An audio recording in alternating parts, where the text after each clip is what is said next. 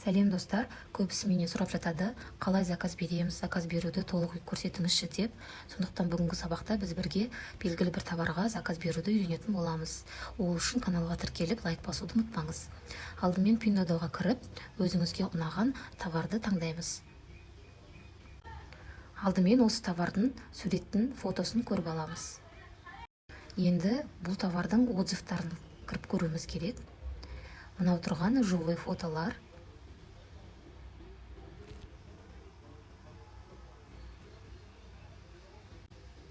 Жақсы сияқты. Енді артқа шығып, арзан бағада алу үшін совместный адамдарды табуымыз керек. Ол үшін мына бір кез келген қызыл батырманы басамыз. Осы жерден өзіңізге керекті түрін, ал егер киім болса, размерін таңдаймыз. Мен осы түрін таңдадым. Енді төменде тұрған қызыл батырманы басамыз. Осылай шығады.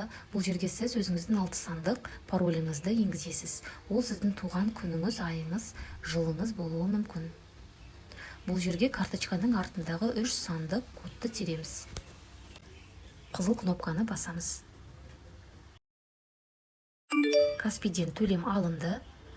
Енді мой профиль бөліміне өтеміз. Қараймыз, міне 3-ші статусқа өтті сіздің товарыңыз. Яғни 3-ші статусқа өтсе, онда бұл дегеніміз товарды жылға дайындап жатыр.